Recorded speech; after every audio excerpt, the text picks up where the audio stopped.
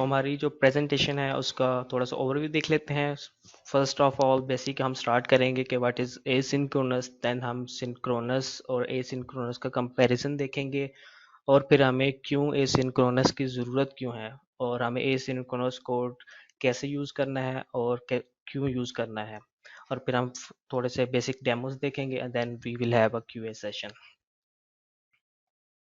So first of all, what is asynchronous? It's a word from Greek origin and it's mean not together with time. So overall its meaning, like in simpler terms, multiple parties evolving in time independently. So in programming terms, not being blocked. Like आपके multiple programs या multiple processing run हो रहे हैं but they don't interfere with each other. They independently running fine without resource blocking or anything else. सो ये हमारे पास asynchronous in terms of programming है. Now we will look at asynchronous. So what is synchronous? So in one line or simpler terms, one at a time. So when we do synchronous things, we do one at a time. And what we mean by that, let's have a pictorial display. So we have a caller and a callee.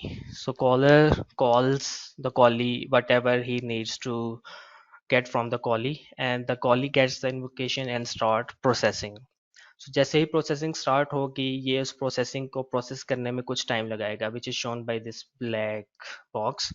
सो यहाँ पे collar का अगर हम thread देखें, ये जो हमारे पास अगर आप देख सकते हैं, तो ये ब्लैक बॉक्सेस ये रिप्रेजेंट कर रहे हैं कि हमारा थ्रेड वर्किंग है या इसमें कंटिन्यूशन है. जैसे ही इसने कॉली को इन्वोकेशन दी, कॉली ने इस कंट्रोल लिया और प्रोसेसिंग स्टार्ट कर दी. अनटिल कॉली उस कॉल को प्रोसेस करता है या अपना टास्क फिनिश करता है, कॉलर का जो थ्रेड होगा हमारा वो उस वेटिंग पे है. यहाँ पे कुछ भी और हैपन नहीं हो रहा. एज वी मेनली नो के डॉट नेट में जो थ्रेड मैनेजमेंट होती है हमारी थ्रेड पूल से हो रही होती है. जब भी हम कोई प्रोसेस या कोई फंक्शन कॉल करते हैं, वो उस एक थ्रेड के ऊपर स्टार्ट होता है और थ्रेड थ्रेड पूल से असाइन हो जाता है, और वो जब तक फ्री नहीं होता उस थ्रेड के ऊपर कोई भी और वर्किंग नहीं हो सकती. तो सिंक्रोनस में बेसिकली ये हो रहा होता है कि कॉलर तो कॉली को कॉल करता है, कॉली जो उसकी जो भी रिक्वायरमेंट होती है उसको प्रोसेस करता है, then after processing it return the controls back to the caller, and then the thread resumes and starts working on other things. So ये बेसिक हमारे पास एक ओवरव्यू है सिंक्रोनस कॉलिंग का. Let's have a look on asynchronous calling. Asynchronous multiple at a time, but this requires a implementation difference. If we will look at an example and see how multiple at a time and single at a time in asynchronous as well. So the same thing goes here. Caller है हमारे पास that calls a callee, and the callee receive the calls and start processing. But in asynchronous, the caller thread is not blocked or not waiting for the callee to finish its processing. It just continue, and the thread is returned to the thread pool, and it's free to use for other processes as well. हमारे पास कोई भी और task अगर आएगा तो thread pool उस thread जो अभी फ्री हुआ है उसको किसी और प्रोसेस को असाइन कर सकता है. हमारा जो थ्रेड है वो फ्री टू यूज होगा, और जब कॉली हमारी प्रोसेसिंग फिनिश कर लेगा और कॉलर को इन्फॉर्म करेगा कि मैंने ये काम कर लिया है, तो then thread pool again look for a free thread, not for that existing thread that was being used before. It can be that same thread or can be a new thread, and then the caller resumes the working, and that thread also being used somewhere else or in the main method as well. सो ये हमारे पास एक overview था asynchronous and synchronous का. हम इनको side by side compare कर लेते हैं. Again one eight a time synchronous में हमारे पास होगा, और थ्रेड इज ब्लॉक्ड. जब सिंक्रोनस की कॉल प्रोसेस हो जाती है, तो जब तक उस कॉल को फिनिश नहीं कर लेते, हम उस थ्रेड के ऊपर कोई भी और वर्किंग नहीं कर रहे होते. तो थ्रेड उस जितने भी ड्यूरेशन का टास्क होगा उसमें वेटिंग कर रहा होगा. वो कुछ भी कर नहीं रहा होगा, बट सिर्फ waiting for the callee to return the results. Then asynchronous में हमारे पास मल्टीपल एट अ टाइम है, थ्रेड फ्री हो जाता है और थ्रेड को थ्रेड पूल किसी भी और प्रोसेस किसी भी और टास्क के लिए यूज कर सकता है. एक सिंपल सी एग्जांपल हम देखते हैं कि हमारे पास कुछ मल्टीपल टास्क्स हैं. इन टास्क्स आप फंक्शंस भी कह सकते हैं, कुछ भी आप एज्यूम कर सकते हैं. So like we have 1, 2, 3 and 4 tasks, and one task 1 takes 20 seconds to complete, task 2 takes 19 seconds, task 3 takes 10 seconds, and task 4 takes 5 seconds, and same goes for the asynchronous thing. So हमारे पास task 1 है, 2 and 3 and 4, and they take the same time, amount of time.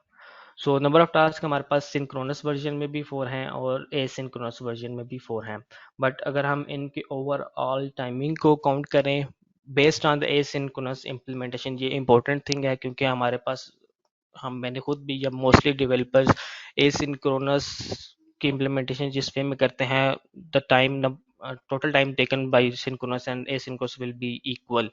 We will look at how it will be equal and how you can improve. So total time हमारे पास जो यहाँ पे लिया गया है वो 54 सेकेंड्स है बाई सिंक्रोनस प्रोसेस, और अगर हम ए सिंक्रोनस की इम्प्लीमेंटेशन करेक्ट वे में करें तो टोटल टाइम हमारे पास 20 सेकेंड्स लिया गया ओवरऑल, क्योंकि हमारे पास जो लॉन्ग रनिंग टास्क है सबसे ज़्यादा उसका टाइम 20 सेकेंड्स है, तो उस इस क्योंकि बाकी टास्क हमारे पास उससे लेस टाइम ले रहे हैं, तो अगर हम इनको करेक्ट वे में एग्जीक्यूट करेंगे तो जितना भी जो टास्क हमारे पास सबसे लॉन्गेस्ट रनिंग होगा उतना ही टाइम सब टास्क को एग्जीक्यूट होने में लगेगा। बट आप इनका कंपैरिजन करें तो हमारी काफ़ी बिग इम्प्रूवमेंट है, लाइक 2x इम्प्रूवमेंट है हमारी अराउंड द टाइम, और इसको प्रोसेस को वर्किंग करने में, सारे टास्क को फिनिश करने में। नेक्स्ट हमें एसिंक्रोनस की ज़रूरत क्यों पड़ी हमारी ऐप्स की। फर्स्ट ऑफ ऑल हमारी ऐप्स की परफॉर्मेंस स्लो, लाइक अगर आपने विंड फॉर्म्स या back in date WPF forms use किए हों तो अगर आप एक क्लिक करते थे विंडो पे और वो विंडो फ्रीज हो जाती थी, और फिर थोड़ी देर बाद हमारी विंडोज़ का मैसेज आता था कि this process is not responding और क्लोज। तो वो क्यों ब्लॉक हो जाती थी, मेनली उसकी रीज़न होती थी कि आपको ऐसी ऐप ऐसी वर्किंग कर रही होती थी जिसकी वजह से थ्रेड ब्लॉक हो जाता था। मेनली यूआई का एक मेन जो हमारा मेन थ्रेड होता है जिसके ऊपर और सारी वर्किंग हो रही थी, वो थ्रेड ब्लॉक हो जाता है, और जब वो थ्रेड ब्लॉक हो जाता है तो एप्लीकेशन की जो परफॉर्मेंस है या जो रिस्पॉन्सिवनेस है वो ख़त्म हो जाती है। तो हम बेसिक उसको हम हमारी ASP.NET कोर को देख लें या ASP.NET MVC में देख लें, तो आपकी रिक्वेस्ट हैंडलिंग जो है थ्रेड पूल में से थ्रेड एग्जॉस्ट हो जाता है, लाइक कोई भी थ्रेड और नेक्स्ट रिक्वेस्ट को हैंडल करने के लिए अवेलेबल नहीं होता। तो इसलिए हमारी जो ऐप्स की परफॉर्मेंस थी वो स्लो थी, इसको इम्प्रूवमेंट करनी, क्योंकि आजकल अगर हम देखें तो एक रिक्वेस्ट मंथ में 10 मिलियन बेस्ड ऑन लोड, अब गूगल की एग्जांपल है तो वो काफ़ी millions of billions request handle करती हैं, बट अगर वन एट अ टाइम करती है तो फिर उनको ऐसे सर्वर्स लगाने पड़ते हैं जिनकी रैम्स प्रोसेसिंग पावर बहुत ज़्यादा होती है जो कि कॉस्टली है, बट कोड साइड पे उसका ऑप्टिमाइजेशन की जा सकती थी जिसको उन्होंने एसिंक्रोनस वे में हैंडल किया। तो अगर हम दूसरा देखें तो हमारे पास आजकल जो मशीन्स अवेलेबल हैं, जिस तरह AMD की न्यू प्रोसेसर्स अब आए हैं, उनमें 18 कोर्स हैं, 24 कोर्स तक हैं, 64 कोर्स मशीन्स हैं। सर्वर की मशीन्स की बात कर ले तो 128 कोर्स, एंड मेमोरी की हमारे पास टेराबाइट्स ऑफ मेमोरी है। तो उन सारी जो रॉ प्रोसेसिंग है उसको हम यूटिलाइज बेस्ट वे में नहीं कर रहे, हम सिंक्रोनस से थोड़ी चीज़ें कर रहे हैं और टाइम ज़्यादा ले रहे हैं, और हमारी रिक्वायरमेंट्स होती है कि हमने eight a time multiple things को प्रोसेस करना होता है, लाइक अगर एक कॉल है तो हमने एक काम में एक अगर CSV जनरेट करनी है तो हमें डाटा गेट करना है, डाटा गेट करने के बाद उसको अगर प्री प्रोसेस करना है, then write to the disk and then send the response back to the client. So ये 3-4 प्रोसेस हमें मल्टीपल करने हैं, बट अगर हम इनको वन बाई वन करें, और ये रिक्वायरमेंट पे भी डिपेंड करता है, तो अगर हम इसको एसिंक्रोनस वे में करेंगे तो हम इसको जल्दी प्रोसेस कर सकते हैं, और अगर सिंक्रोनस वे में प्रोसेस करेंगे तो it will take more time. Asynchronous में एक और कॉन्सेप्ट डेवलपर्स के माइंड में आता है कि ये चीज़ों को फास्ट कर देता है, like asynchronous, I think async is fast, it is but not every time, like इसका एक इम्प्लीमेंटेशन का वे है जिसको अगर प्रॉपरली फॉलो करेंगे then async will make thing faster और स्लोअर। सो अगर आप इसको रॉन्ग वे में इम्प्लीमेंट करेंगे तो then it will take more time than the synchronous version. So basic थोड़ी सारी अब हम हिस्ट्री देख लेते हैं कि सी शार्प में हम बेसिकली डॉट नेट में ही रहेंगे, और सी शार्प लैंग्वेज को यूज़ करते हुए देखेंगे कि रेसिंग की हिस्ट्री सी शार्प में क्या है। तो जब डॉट नेट रिलीज हुआ था उसमें बेसिक एक मॉडल था एसिंक्रोनस प्रोग्रामिंग मॉडल APM, और उसमें हमारे पास दो मेथड्स थे, बिगिन एंड एंड, जो कि सॉकेट्स में अवेलेबल थे। आप किसी भी चीज़ को कॉल करना होता था तो begin method name and then end the name, and that will use callbacks. अगर जावास्क्रिप्ट में भी अगर किसी ने काम किया तो कॉल बैक्स का कॉन्सेप्ट काफ़ी है बिफोर एसिंक कीवर्ड। तो देन हमारे पास डॉट नेट 2 आया। डॉट नेट 2 के ऊपर जो हमारा एसिंक्रोनस मॉडल था उसको चेंज किया, उनको उन्होंने इंट्रोड्यूस किया हमारे पास इवेंट बेस्ड एसिंक्रोनस पैटर्न, जिसमें हमारे पास इंट्रोडक्शन हुआ बैकग्राउंड वर्कर का, और उसके ऊपर फिर हमारे पास मेथड होते थे on progress change, on worker completion and ETC. So हम बैकग्राउंड वर्कर को कोई भी टास्क देते थे और वो वर्कर उसको प्रोसेस करता था यूआई थ्रेड या हमारे मेन थ्रेड के अलग थ्रेड से सेपरेट थ्रेड पे, और उसकी प्रोग्रेस को अगर हमने नोटिफाई करना होता था तो हम ऑन प्रोग्रेस चेंज का इवेंट यूज करते थे, then on worker completion event जो कि हमें उस प्रोसेस की या उस बैकग्राउंड थ्रेड की कंप्लीशन के बारे में नोटिफाई करता था। देन हमारे पास डॉट नेट 4 की रिलीज आई, उसमें हमारे पास TPLI टास्क पैरेलल लाइब्रेरी विच इंट्रोड्यूसेस टास्क, और इन टास्क के बेस पे काफ़ी बिग इम्प्रूवमेंट थी कि हम बैकग्राउंड थिंग्स को या मल्टीपल थ्रेड्स पे चीज़ों को रन कैसे कर सके। देन हमारे पास डॉट नेट 4.5 में हमारे पास एसिंक्रोनस बेस पैटर्न आया टैप, और जिसमें हमारे पास C#5 एंड एसिंक अवेट का कीवर्ड आया। एसिंक अवेट के कीवर्ड से चीज़ें काफ़ी, उन्होंने एक एब्स्ट्रैक्शन लेयर की कि how task will be handle and background thread will be managed. So इनका यूजेज और इनको कैसे खुद आप बिल्ड कर सकते हैं वो हम आगे देखेंगे। सो अगर हम एसिंक अवेट लेटेस्ट इसको चीज़ को देखें जो कि अभी डॉट नेट कोर में भी अवेलेबल है, डॉट नेट 4 के बाद ये एसिंक अवेट अवेलेबल है, तो इनको देखें ये बिहाइंड द सीन होता क्या है इसमें। सो जब अभी आप एक मेथड को एसिंक डिक्लेयर करते हैं तो उसकी स्टेट मशीन जो होती है, कंपाइलर उसकी स्टेट मशीन जनरेट जो करता है वो डिफरेंट जनरेट करता है।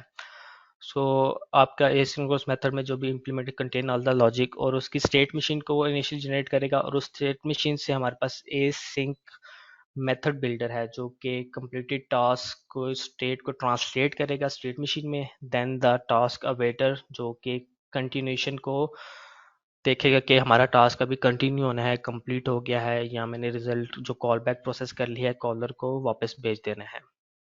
मूव नेक्स्ट रनर ये हमारा मेनली यूज़ हो रहा होता है कि जब आप एसिंक मेथड को कॉल करेंगे तो वो रिजल्ट को वेरीफाई करने के लिए move next, while move next, अगर हमारे पास नेक्स्ट कुछ प्रोसेसिंग हो रही है और वो देखता है, इसको ऑब्जर्व कर रहा होता है स्टेट मशीन को कि मैंने अभी क्या करना है, रिजल्ट प्रोसेस हो गया है या नहीं हुआ। और देन हमारे पास एग्जीक्यूशन कॉन्टेक्स्ट है जो कि ओवरऑल इस टास्क के देख ऑब्जर्व कर रहा होगा थ्रेड पूल के साथ भी जो सिंक्रोनाइजेशन हो रही होती है वो इस एग्जीक्यूशन कॉन्टेक्स्ट को। इसकी फुल डिटेल्स ये माइक्रोसॉफ्ट की एक ब्लॉग पोस्ट है जिसका लिंक यहाँ पे गिवन है, अगर किसी ने को मोर डिटेल में देखना होगा स्टेट मशीन क्या जनरेट हो रही है, and everything else is available on that link. So next thing हमारे पास आ जाती है कि हमें when to use asynchronous code, कि एसिंक कोड तो हम राइट तो कर रहे हैं बट हमें किन किन चीज़ों के लिए एसिंक कोड लिखना चाहिए। हर चीज़ के लिए एसिंक्रोनस करना नॉट बेनिफिशियल, उससे आप सिंक्रोनस करें या एसिंक कर रहे हैं उसमें कोई डिफरेंस नहीं आएगा। सो मेजरली जो एसिंक हमारा यूज़ होता है वो आईओ बाउंड इनपुट आउटपुट जो हमारी ऑपरेशन जैसा नेटवर्क कॉल है, आप HTTP क्लाइंट से कोई नेटवर्क कॉल भेज रहे हैं, कोई स्ट्रीम कर रहे हैं किसी चीज़ को, तो वहाँ पे आप एसिंक को यूज़ कर सकते हैं। आप डेटाबेस जिस तरह एंटिटी फ्रेमवर्क है, एंटिटी कोर यूज़ कर रहे हैं, कोई भी और प्रोवाइडर यूज़ कर रहे हैं, तो डेटाबेस जो एक्सटर्नल हमारी एंटिटीज़ हैं उनको जब भी कॉलिंग करें आप उसको मेनली एसिंक्रोनस कर सकते हैं, ताकि आपका थ्रेड उस बाउंड ना हो जाए और फ्री रहे टू डू अदर थिंग्स। आप डिस्क से कुछ फाइल रीड कर रहे हैं या राइट कर रहे हैं उसको आप एसिंक कर सकते हैं, या फिर आपके बहुत लॉन्ग रनिंग प्रोसेसेस हैं जिनको कंप्यूटेशन पावर रिक्वायर्ड है और उन्होंने टाइम ज़्यादा लेना है, तो आप यूज़र को रिस्पॉन्स जल्दी देना है, लाइक आप क्यू में कर देंगे और यूज़र को बता देंगे कि your task has been added in the queue and we will notify when it's completed. So आप ऐसे टास्क को या इन चीज़ों को जो कि लॉन्ग रनिंग है उनको आप बैकग्राउंड में रन कर सकते हैं using asynchronous model. Now we will look how we can program. We basically have threads, background workers, tasks, and then async and await keyword. So we will mainly look at the async await thing, not the older background workers and the things. So let's take switch to Visual Studio and look at some demos. अगर हम एक simple programme visual studio में create करें तो आपके पास एक simple main create हो जाएगी और उस मेन के अंदर कुछ और लाइक सी हेलो वर्ल्ड होगा कंसोल राइट। तो इसकी अगर हम आई एल, एक इम्पोर्टेंट कंसेप्ट है कि अगर एसिंक हम देखें कि एसिंक का वेट कीवर्ड कैसे हमारी कॉल को रिज्यूम करते हैं और कैसे ये एक थ्रेड पे रन कर रहा होता है।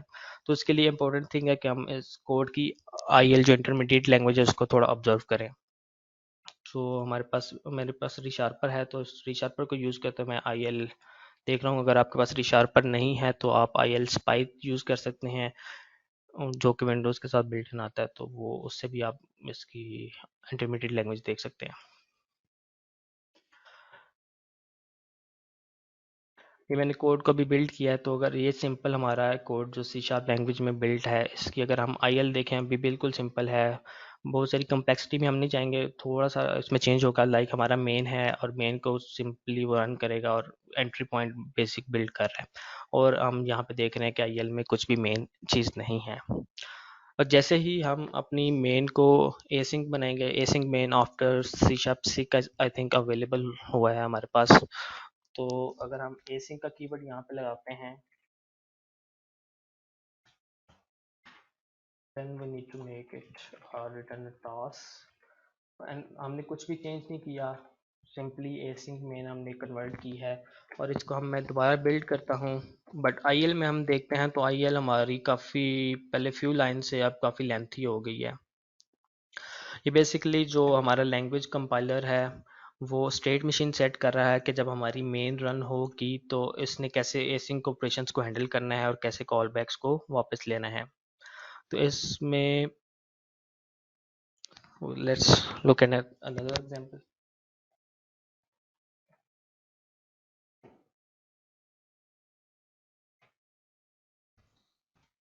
ये सेम हमारे पास मेन है, बट यहाँ पे हम एक और एसिंक ऑपरेशन परफॉर्म कर रहे हैं, जहाँ पे हम बेटर देख सकते हैं कि एसिंक ऑपरेशन को ये कैसे हैंडल करेगा।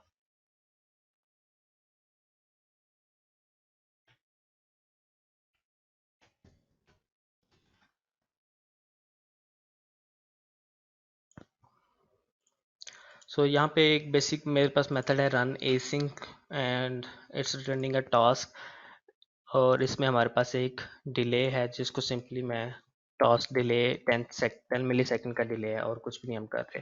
और इसको बिल्ड करते हैं तो हमारी जो आई एल जनरेट होगी इसके अगेंस्ट अगर हम इसको देखें तो सिंपली ये एक सिस्टम रन टाइम से टाइमर की जो क्लास है उसको ले रहा है, और यहाँ पे एक टाइमर बिल्ड कर रहा है कि मेरे पास इतना थोड़ा सा डिले आएगा। उसके बाद यहाँ पे अगर हम इसकी कॉल पे जाएंगे तो ये हमारे इस मेथड का इंस्टेंस जनरेट करेगा, और इस इंस्टेंस को स्टेट मशीन में सेट कर देगा कि इस मेथड को कॉल करना है। और देन हम अवेट का कीवर्ड जब ऐड करते हैं तो वो टास्क फायर करके उसको थ्रेड की कंप्लीशन का वेट करता है कि ये प्रोसेस जब तक कंप्लीट ना होगा कि वो कॉल आगे या जो रिक्वायरमेंट है वो आगे मूव नहीं करेगी, प्रोसेसिंग आगे नहीं होगी। इस लाइन के बाद अगर हम कंसोल हेलो वर्ल्ड करें अगेन, तो वो हेलो वर्ल्ड तब तक प्रिंट नहीं होगा जब तक हमारा रन एसिंग मेथड की कंप्लीशन टास्क से नहीं आ जाती। और वो कैसे हो रही है, वो यहाँ पे बेसिकली हमारे पास आईएल में जो स्टेट मशीन सेट हो रही है उसके ज़रिए ये कंपाइलर हमारा हैंडल करता है कि मैंने कब किस चीज़ को रिज्यूम करना है कब नहीं करना। तो बेसिकली जब इसका कंट्रोल आएगा और ये yield control back to the caller कर देगा। जैसे ही हमारा ये मेथड कॉल होगा तो इसका जो इसमें यील्ड जैसे ही सिंक्रोनस में अगर हम कोई कॉल करते हैं तो उस मेथड को जब तक वो कंप्लीट नहीं करता वो कंट्रोल वापस जो कॉल ही है उसको रिटर्न नहीं करता। बट अगर हम एसिंक और अवेट का कीवर्ड यूज़ करते हैं तो ये यील्ड कर देता है कंट्रोल वापस कॉली को, जिसने इसको कॉल किया होता है, और वो थ्रेड फ्री हो जाता है और थ्रेड पुल उस थ्रेड को किसी और जगह यूज़ कर सकता है। सिंपली हम इस कोड को रन करके देख लेते हैं अब। तो हमारे पास 12 वर्ड्स 10 मिली सेकेंड का delay is not a big delay, तो 12 वर्ड्स आ गए हमारे पास। एक और चीज़ जो कि एसिंक में हमें मेजरली अवॉइड करनी चाहिए वो है use of async wide wide methods. Async wide हम इसलिए यूज़ नहीं करते क्योंकि अगर इसके दौरान कोई भी एक्सेप्शन अगर थ्रोन होगी तो वो एक्सेप्शन यहाँ पे कैच नहीं होगी। कैसे नहीं होगी उसको भी हम देख लेते हैं। So I am doing two hello worlds, one before the call and one after the call. So if I run this program, so we can see there is no exception, but if we look at the method, it's just delaying 10 seconds and then throwing an exception, invalid operation exception. सो क्योंकि हमारा async version में जो async wide अवेटर है वो इस चीज़ को ignore कर देगा, जो एग्जीक्यूशन कॉन्टेक्स्ट है वो इस एक्सेप्शन को कॉल कैच नहीं करेगा। इसके लिए हमें एप्लीकेशन पे और चेक्स लगाने पड़ते हैं कि अनहैंडल्ड एक्सेप्शन जो हैं उनको कैच करें। बट एसिंक वाइड जो है ये एक काफ़ी बैड प्रैक्टिस है। इसको सिर्फ एक टू वन और टू जगह अलाउड है यूज़ करना, जो कि आप अगर डेलीगेट्स बिल्ड कर रहे हैं वहाँ पे आप यूज़ कर सकते हैं, या आपके पास इवेंट्स हैं जो कि यूआई के रिलेटेड हैं, सिर्फ वहाँ पे आप एसिंक वाइड यूज़ कर सकते हैं। बाकी अगर आपका कोई भी एसिंक मेथड है उसको मस्ट रिटर्न टास्क और टास्क ऑफ टी, कोई भी आपने वैल्यू रिटर्न करनी है वैल्यू बेस्ड टास्क है तो आप टास्क ऑफ टी। हमने जो यहाँ पे बात की थी कि आप अगर 4 टास्क हैं तो 4 टास्क को किस वे में कॉल करेंगे और वो कम टाइम प्रॉपर उसकी टाइमिंग आएगी। ये इसकी एक और मैं एग्जांपल अभी मैं शेयर कर रहा हूँ।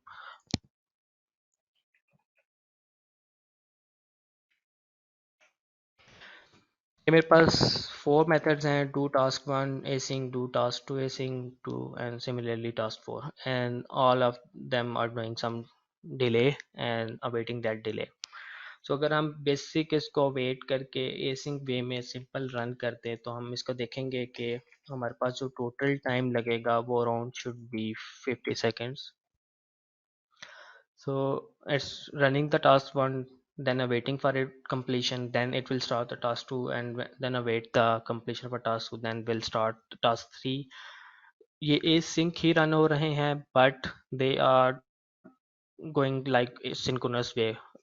If this task is not complete, then this control will not execute this function, and when this executes, the next function is on hold while the task 2 is processing, waiting for finishing.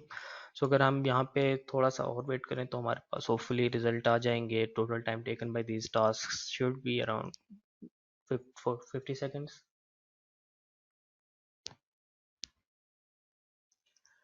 And see, we got total time taken by 50 seconds and milliseconds जो कि इसके execution में language या compiler में थोड़ा सा time लिया। सो ये एसिंक ही है, बट एसिंक और सिंक्रोनस में इसमें कोई डिफरेंस हमारे पास नहीं आया। बट हम इसको कैसे इम्प्रूव कर सकते हैं, जो कि यहाँ पे हमने स्लाइड में बात की कि हम इसको 20 सेकेंड्स में लेके जा सकते हैं, क्योंकि हमारा जो लॉन्गेस्ट रनिंग टास्क है वो 20 सेकेंड्स का टाइम ले रहा है। तो इसका बेस्ट या इसको एसिंक को हमें जो यूज इसकी बेस्ट प्रैक्टिस ये है कि do not await until it's necessary to await the operation. So हम क्या करेंगे, टास्क को फायर कर देंगे, वो टास्क बैकग्राउंड में प्रोसेस हो रहा होगा और बस हम लास्ट में उसको वेट करेंगे जहाँ पे हमें एक्चुअली उस टास्क के रिजल्ट्स की ज़रूरत होगी। और उसको हम कैसे करेंगे,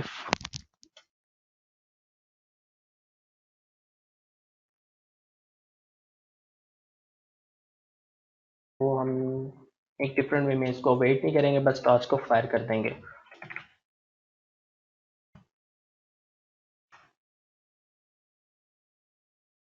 सिमिलरली हम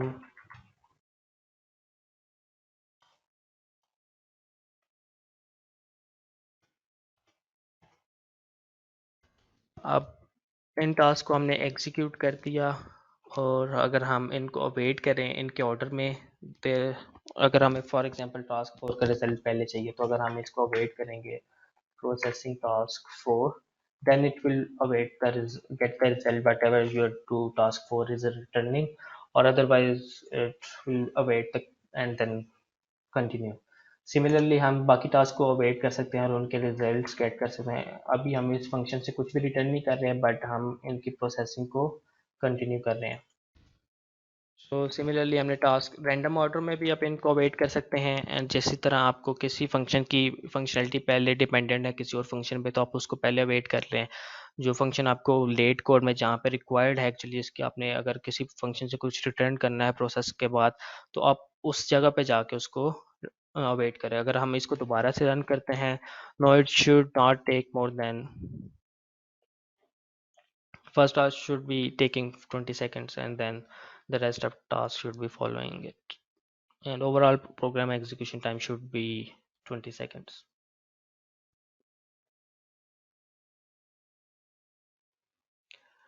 And we got 20 seconds. So ये क्योंकि हमने टास्क फायर कर दिए, then we are not awaiting for the completion of them. So हमने अवेट किया टास्क 4 को पहले। अगर हम टास्क 1 को पहले अवेट करेंगे तो उसका रिजल्ट हमें पहले मिल जाएगा टास्क 2 को, जिसको भी हम पहले अवेट करेंगे। And there is another good way of doing this is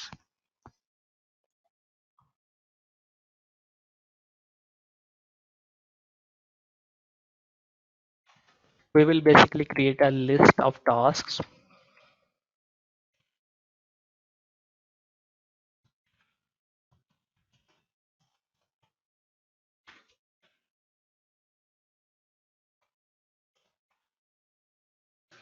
and then simply हम इस टास्क के लिस्ट में हमारे जो टास्क है उनको ऐड करते जाएंगे।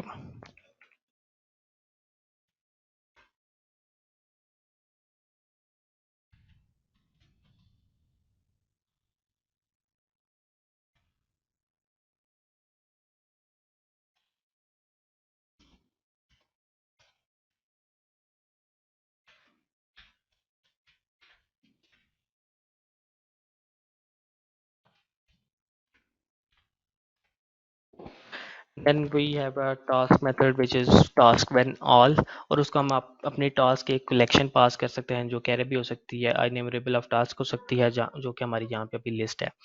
तो इस लिस्ट के अंदर हमने टास्क को ऐड किया और हमने अवेट किया ऑल ऑफ देम, जब तक हमारे सारे के सारे टास्क कंप्लीट नहीं हो जाते अवेट करो। तो हमारे टास्क इंडिपेंडेंटली रन हो होंगे, एसिंक्रोनस रन हो रहे होंगे, but they should take longer. जो भी हमारा सबसे लॉन्गेस्ट रनिंग टास्क होगा उससे ज़्यादा टाइम नहीं लेना चाहिए। अगेन अगर हम इसको रन करें तो हमारे पास जो कि टाइम आना चाहिए प्रोसेसिंग का वो 20 सेकेंड आना चाहिए।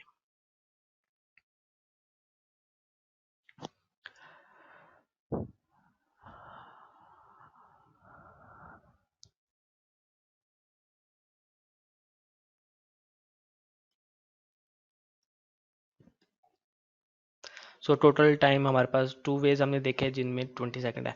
सो these two are the good और recommended ways to use asynchronous, because क्योंकि अगर आप एक सिंक मेथड लिखते हैं और उसको उसी टाइम अवेट करते हैं, then second async method को अवेट करते हैं, देन थर्ड को अवेट करते हैं, तो they are running asynchronous, but आपका जो ओवरऑल आप एडवांटेज फुली उसका टास्क या ए सिंक मेथड का नहीं ले रहे।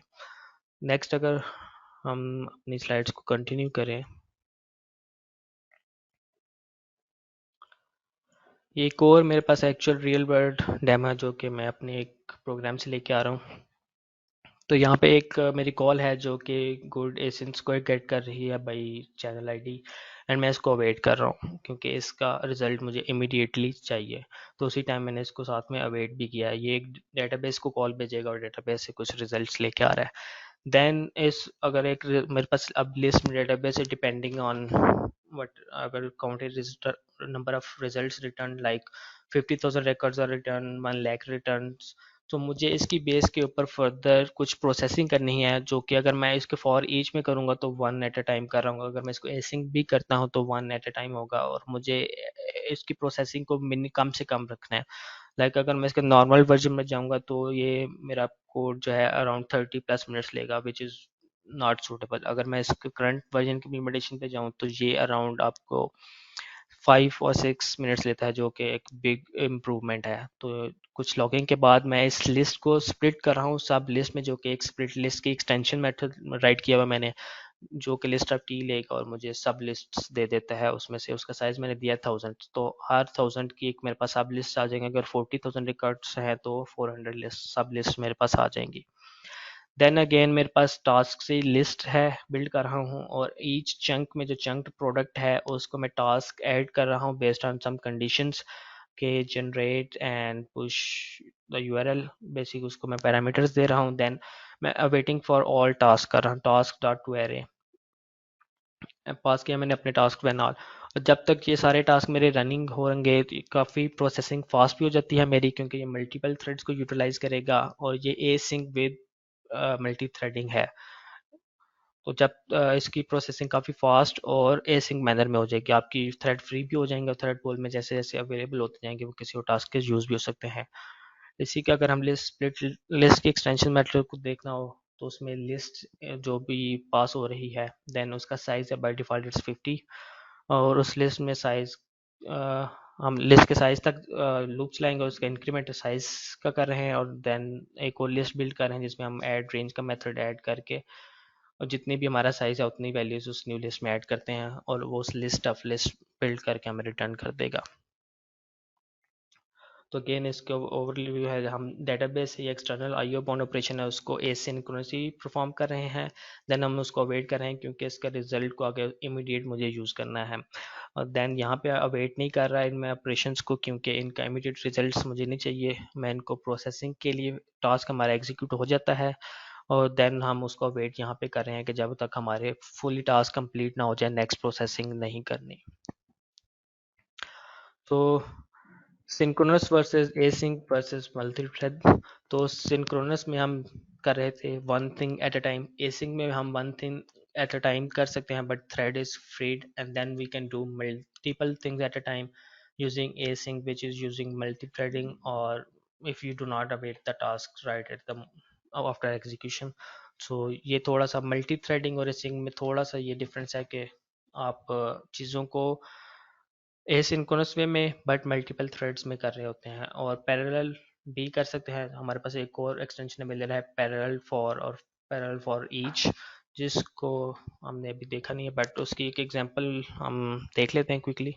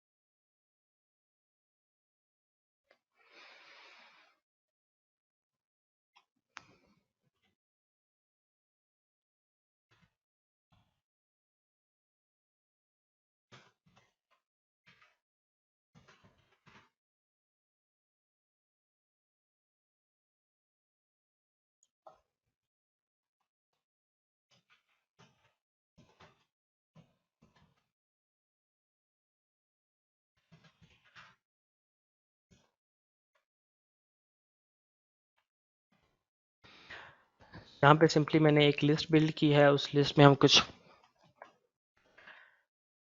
वैल्यूज ऐड कर रहे हैं, देन मैं उसको पैरेलल फॉर में प्रोसेस कर रहा हूँ, simply writing on the console. अगर हम इसको रन करें तो ये रैंडमली वैल्यूज हमें पिक करके प्रिंट कर देगा, नॉट इन एन ऑर्डर।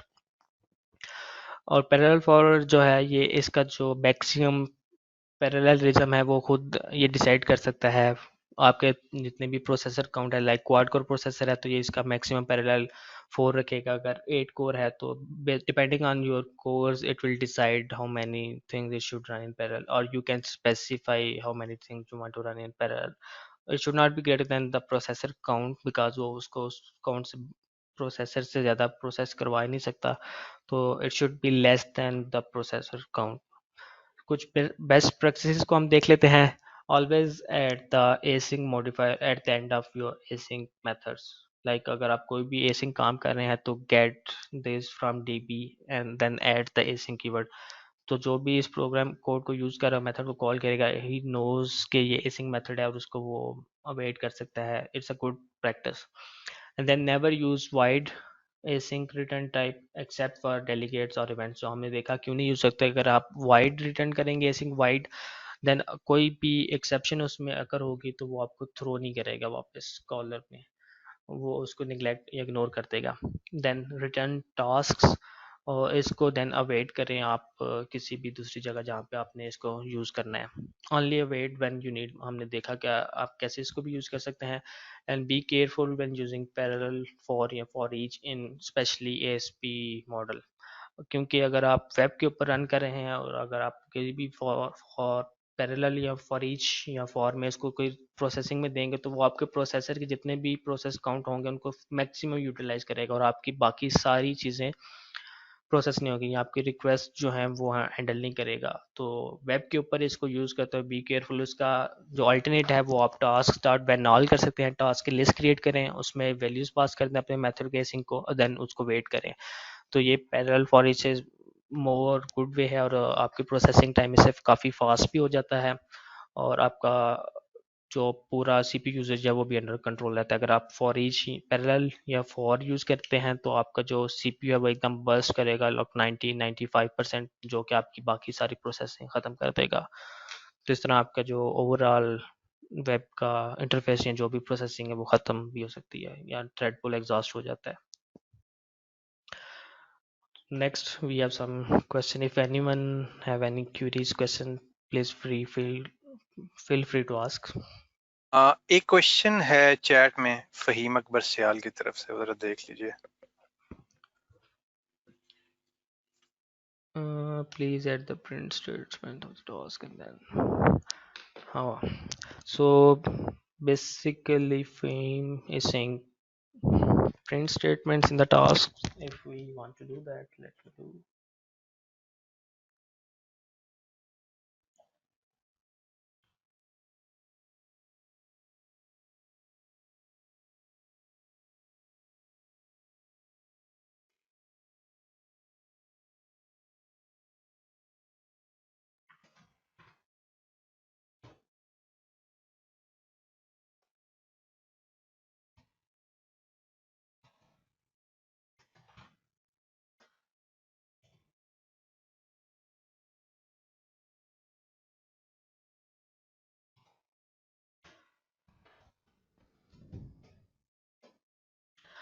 तो अभी मैंने टास्क में सिर्फ इनकी कंसोल राइट कराया है कि आप कौन सा टास्क रनिंग है, तो हमने इनको जिस ऑर्डर में लिस्ट में ऐड किया था उसी ऑर्डर में ये टास्क को एग्जीक्यूट करेगा। First task will be 1 will be executed, 2 then 3 then 4 and then it will wait for all of them to be completed.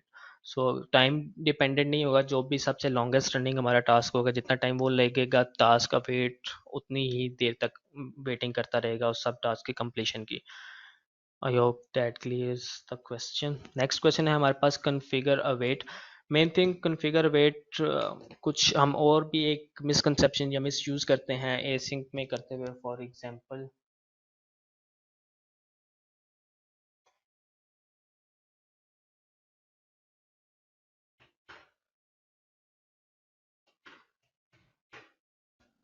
सो जब हम ये चीज़ कर रहे हैं, हमारा टास्क कुछ रिटर्न नहीं कर रहा तो हम इसको, जब हम do async and then get awaited करते हैं then get result, it force the async method to run in a synchronous method, so then there is no advantage or no use of making that method async. So you should not ever do get result, make your method or whatever you calling async, क्योंकि अगर आप फिर ये thread blocking कर देगा, आपके एसिंग का जो कॉन्सेप्ट है, ये एसिंग मेथड है वो जनरेट ही नहीं होगा, ये कंपाइलर को फोर्सफुली जनरेट कराएगा, इसको मेथड को रन करे सिंक्रोनस वे में, गेट रिजल्ट ही करेगा। Get awaiter is to allow if the caller wants to await that method और नॉट। मेनली अगर आप कोई लाइब्रेरीज बिल्ड कर रहे हैं या आपका कोई न्यूगेट पैकेज है तो यहाँ पे आप कॉन्फ़िगर अवेट ट्रू या फॉल्स दे सकते हैं। सो कॉन्फ़िगर अवेट में आप यूज़ कर सकते हैं ट्रू और फॉल्स के, if the caller should await this call और नॉट। और ये बेसिकली आप अगर सेकंड आपकी लाइब्रेरी प्रोजेक्ट्स हैं और आप इस मेथड को लाइक बैकग्राउंड में रन करना है और आपको इसको वेट करने की ज़रूरत नहीं है, तो then you will use configure await false और true depending on that. Anyone has anything else to ask? Hanan, मेरा एक क्वेश्चन है, आप जरा अपनी स्लाइड्स में जा सकते हैं? Sure. कौन सी स्लाइड? वहाँ एक शुरू में जो आपने स्लाइड्स दिखाई थी जहाँ डिफरेंट डॉट नेट वर्जन में डिफरेंट टेक्निक्स थी इस चीज को अचीव करने के लिए। Here. हाँ जी, तो अगर ब्रीफली पॉसिबल हो इनका थोड़ा सा डिफरेंस बता सकते हैं, मतलब how they are improved and everything. In the first version begin and end हमारे पास सॉकेट मॉडल को यूज़ कर रहा था, लाइक वेब पे अवेलेबल थे, आप सॉकेट को यूज़ करते डाटा स्ट्रीम कर रहे थे। देन हमारे पास जो बैकग्राउंड वर्क है ये यूज़ करते थे हमारे कॉल बैक्स को, लाइक आपका इवेंट फायर हुआ और then callbacks on progress change में जो कॉलर था उसको कॉल बैक्स के थ्रू हम हैंडल कर रहे थे। देन हमारे पास जो टास्क हैं ये थ्रू हमारे कॉल बैक्स को उन्होंने ख़त्म किया और स्टेट मशीन यहाँ पे इम्प्रूव की कि आप मेथड जैसे मूव वाइल नेक्स्ट और एसिंक चीज़ों को उन्होंने ऐड किया। जो कि प्रीवियसली हमारे पास अवेलेबल नहीं थी। यहाँ पे कॉल बैक्स थी और टास्क में हमारे पास कॉल बैक्स खत्म हो गई। एंड देन हमारे पास जो एसिंक वेट था, ये इस ओवरऑल टास्क जो रन करने का वे था या उनको वेट करने का वे है, उसको इम्प्रूव, एक एब्स्ट्रैक्शन है ओवरऑल जो कि under the hood state machine या उसकी एग्जीक्यूशन को हाइड कर देती है और आपको एक इजी वे में एसिंक और programming model available हो जाता है. Just simply applying async and await, you can run anything in background asynchronously. I hope I answered the their question. Is still no harm अगर आप लाइक टास्क्स या उससे पहले बैकग्राउंड वर्कर वाली चीज आज भी यूज करें, it should seamlessly uh, work as well, smoothly, नहीं? uh, they should, but like आप उनके कुछ ड्रॉबैक्स थे जिस तरह कॉल बैक्स या कुछ उनमें सिंक्रोनाइजेशन या एग्जीक्यूशन, उनका जो कॉन्टेक्स्ट था उसमें कुछ इश्यूज आ सकते थे। उनमें एक्सेप्शन हैंडलिंग को इम्प्रूव हुआ हुआ है, आपकी अननोन एक्सेप्शन या दूसरी एक्सेप्शन को कैच कर सकते हैं आप इजीली। अच्छा हनान, जैसे है कि अभी एसिंक अवेट हम यूज़ करते हैं और साथ जो है वो थ्रेड्स हैं, और एसिंक अवेट है वो बेसिकली आप ये कह रहे हैं कि आप ये कह सकते हैं कि ये एक अब्स्ट्रैक्शन है, और जो थ्रेड्स हैं वो हमारे पास डीपर। अच्छा, मैं ये बेसिकली डिफरेंस बता रहा था कि जो है वो थ्रेड्स बेसिकली हमारे पास होते हैं, जैसे मल्टी थ्रेडेड हम एप्लीकेशन बनाते हैं। पहले जो है वो हम थ्रेड यूज़ करते थे, और अभी जो है वो एसिंक और अवेट यूज़ किया है, जो कि मेन एब्स्ट्रैक्शन है। ज़्यादा डीप लेवल पे जाके हम उसको कॉन्फ़िगर नहीं कर सकते। तो थ्रेड्स और एसिंक अवेट में आप अगर कुछ थोड़ा सा डिफरेंस का बता दें कि हमें थ्रेड जो है वो किस लेवल पे यूज़ करने चाहिए।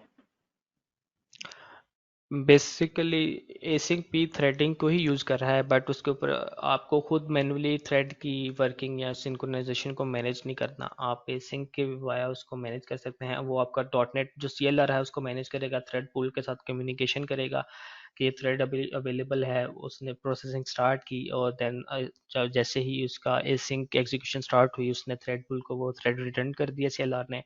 देन CLR अगेन उस थ्रेड को किसी और जगह यूज़ कर सकता है। At the root level everything is using threads, but उन चीज़ों को इजी वे में मैनेज करना जो है वो आपके प्रोग्रामर एंड से रिस्पॉन्सिबिलिटी को एक्सक्लूड करने के लिए उन्होंने एसिंक का वेट का मॉडल दिया हुआ है जो कि आप यूज़ कर सकते हैं। थ्रेड में बेसिकली आप सिंपली अगर थ्रेड को रन करते हैं तो वो एसिंक रन नहीं होगा बाय डिफ़ॉल्ट। आप कोई भी थ्रेड स्टार्ट करते हैं उसको आपने फायर एंड फॉरगेट एक मॉडल होता है कि आप थ्रेड को स्टार्ट करते हैं then forget the execution. Then फिर थ्रेड से आपको अगर कोई रिजल्ट वापस चाहिए, अगर आपका मेथड थ्रेड में एग्जीक्यूट हो रहा है और उसकी एग्जीक्यूशन के बाद आपको उसकी कंप्लीशन के बाद जो भी अपने प्रोसेसिंग की और रिजल्ट को वापस गेट करना है, then you have to notify by delegate और समथिंग एल्स। तो ये एसिंक अवेट का कीवर्ड है, सारी एब्स्ट्रैक्शन या इन सारे प्रोसेस को काफ़ी सिंप्लीफाई कर देता है। लाइक आप एसिंक मेथड को एग्जीक्यूट कर देंगे, वो रनिंग है बैकग्राउंड में, and whenever you want to get the result from that method you can just wait and get the result back. और अगर आप वैल्यू बेस्ड टास्क रिटर्न करने हैं तो इसके लिए आपका मिनिमम जो सी शार्प वर्जन है वो 7.0 होना चाहिए। Before that you can only return task of reference type, but आप आगे वैल्यू टाइप या वैल्यू टास्क रिटर्न करने हो आपने तो आपको सी शार्प 7.0 चाहिए।